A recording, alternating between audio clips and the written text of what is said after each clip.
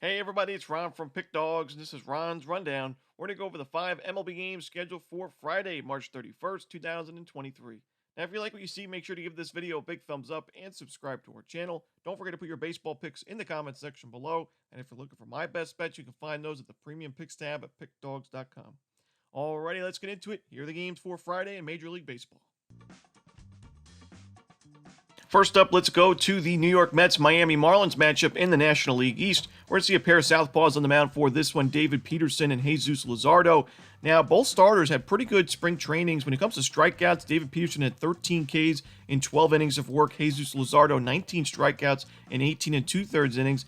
I do think, Luzardo, when you look at the ERA, 4.34 in spring, a little bit high, but you look at the fact that he only gave up 2 home runs and only 3 walks. Pretty sharp numbers from the youngster in spring training. David Peterson didn't give up a single earned run and actually only 1 base hit during spring, but he allowed 8 walks, 8 free passes. We've seen the walks kind of be an issue for Peterson in his times in the major leagues. In 2020, a 4.3 walks per 9, 3.9 in 2021, and then above 4 again last year in 2022.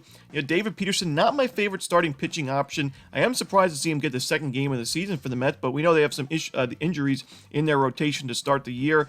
When I'm taking David Peterson, I'm looking to get plus money, and if I'm not getting that plus money price or really good odds, I usually like to just take the other side or pass on the game altogether. And for me, although the Marlins really struggled against left-handed pitching last year, this is still a lineup that brought in some key guys, a big righty bat in Gene Segura, who should really help against left-handed pitching. I think Luzardo is a pitcher to watch out for this year. This is a really strong young Marlins rotation. Luzardo pitched well, and he had some injuries last year, but he pitched well in the limited role that he had with the Marlins in the major leagues. I think that the Marlins grab a win here at home, so give me the Miami Marlins at a pretty good price. I'm going to fade David Peterson here.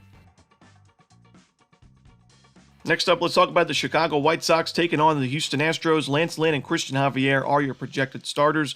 Now, a few times last year, I had mentioned that I thought Christian Javier was better suited as a reliever in the bullpen rather than a starting pitcher. I take that back. I do think Javier is a really strong starting pitching option for the Astros this season. At one point, Javier was really struggling with the long ball, and we know his fastball velocity isn't as high as some of these other young pitchers in the league that can hit 99 plus on their fastball. He's around 93 to 96, and he was struggling. His fastball, really particularly, was struggling. And we saw in the month of August at one point where he was giving up a home run in each of his starts except one. But down the stretch of the regular season, in September, in the postseason, he really found his game. He was striking out batters, and he was limiting the long ball. And in spring training this year, in 11 and two-thirds innings of work, he did not give up a single home run with 10 strikeouts and a 2.31 ERA. So I think Javier has a strong outing in this one. On the other side, I think Lance Lynn's another starting pitcher I'd watch out for in 2023. We got to remember, in 2021, Lance Lynn went 11-6 with a 2.69 ERA, a 1.07 WHIP. He was one of the best starting pitchers in the American League.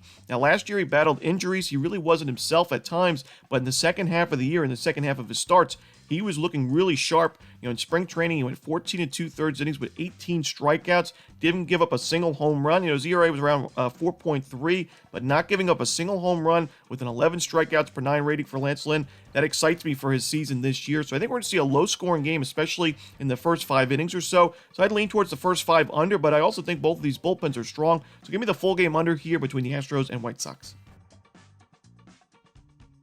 Next up, let's talk about the Rockies and Padres matchup between Kyle Freeland and Nick Martinez as the starters.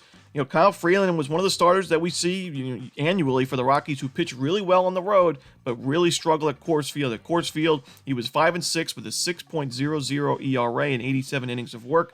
In 87 and two-thirds innings of work on the road, though, he had a 3.08 ERA. The problem is, I just don't trust Kyle Freeland in a matchup like this against the Padres lineup that was really doing well against left-handers in the second half of the season. Kyle Freeland struggled in spring training. He had a 5.79 ERA. None of those games are at Coors Field. He went 9 1/3 innings. He only had 5 strikeouts. He gave up 6 earned runs. No home runs, which is nice to see, but still 17 base hits. I do think San Diego gets on base quite a bit in this one early and often and scores some runs against Kyle Freeland and a not-so-good Rockies bullpen going into the season. Nick Martinez, though, on the other hand, I'm not really confident in his game either. He pitched well in spring training. He did not pitch well in the World Baseball Classic. We've kind of seen inconsistent results from Nick Martinez. He's not really a starting pitcher that's going to go too deep into ball games. We've seen him appear in a lot of relief appearances for the Padres Padres last year. I do think the Rockies, although they're playing on the road where we know their lineup does not play as well than when they're playing at Coors Field, I still think the Rockies can get to Martinez for a few runs early here. Padres have a good bullpen, but I think the Rockies need to score 3-4 runs, and we get over this total. I think San Diego takes care of the rest for us. So give me the over here between the Rockies and Padres. Next up, let's talk about the Dodgers and Diamondbacks game. It's going to be a 10:10 Eastern start time on ESPN+. We see Merrill Kelly and Dustin May on the mound for this game. Now, Dustin May has been one of those starting pitchers that we know is very talented and has really good stuff, but the big thing is, can he stay on the field this year? He's in his first 4 years in the major leagues, he's only amassed 143 and two-thirds innings of work in those 4 years combined. Last year, he only pitched 30 innings, and he had some rough results, 4.5 ERA in those innings, only 29 strikeouts. You'd expect a guy like May to strike out over, and earn more than 9 strikeouts per 9. But in spring training, some pretty promising results for Dustin May. He went 18 in the third innings. He had 20 strikeouts and a 2.95 ERA.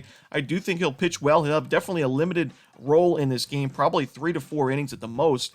But the Dodgers bullpen behind him is really strong. And the big thing that I'm concerned with, I really like this Diamondbacks team this year. I think this lineup is revamped. I think they have a nice young pitching staff. But I really worry about Merrill Kelly when he's playing these Los Angeles Dodgers. Last year, it was ugly for Merrill Kelly. He pitched well overall. He was one of the best starters for the Diamondbacks, but him and Zach Gallen were a really deadly 1-2 punch.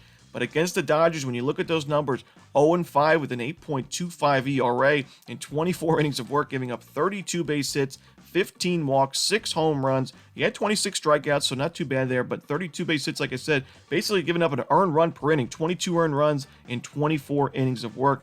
I know it's a different Dodgers lineup, but I still think it's tough to back Kelly in a spot like this at Dodger Stadium for his first outing of the year. So give me the Los Angeles Dodgers. I'm going to lay the run line.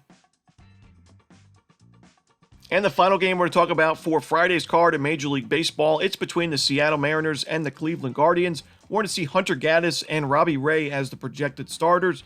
Robbie Ray had one of the best spring trainings of any starting pitcher with 15-plus innings of work this season. He went 17 innings, 26 strikeouts at 13.8 strikeouts per 9. He did not give up a single home run. That's the big thing for me. That's the key. Robbie Ray at times has had issues with the long ball, big-time issues where he's given up 1.5 to 2.5 home runs per 9 in his career. To not give up a single home run in 17 innings of work, really promising sign there. The walks were managed, 3.2 walks per 9. That's right around where Robbie Ray averages in his career. And a 1.06 ERA, exactly what you want to see for Robbie Ray going into the season. And now you're facing a Cleveland Guardians lineup that was much better against righties than they were against lefties. They got better as the season went on. They were definitely sharper in the second half against lefties, but still, overall, the isolated power numbers in the last 2 months of the regular season for Cleveland against lefties was dead last. So I do think, not a very powerful lineup against a starter who has had issues with the long ball in his career, but has definitely sharpened up as of late. I think Robbie Ray puts together a really strong first outing of the season. Hunter Gaddis, on the other hand, is a young pitcher that I think is going to have a solid year himself. The Guardians play, small ball defensively. They're a very sharp team. Gaddis pitched well in spring training this year, a 2.77 ERA in 13 innings of work with 17 strikeouts. I think we see another low-scoring game between these two teams that played a lot of unders last year because they just play small ball, defense-minded baseball.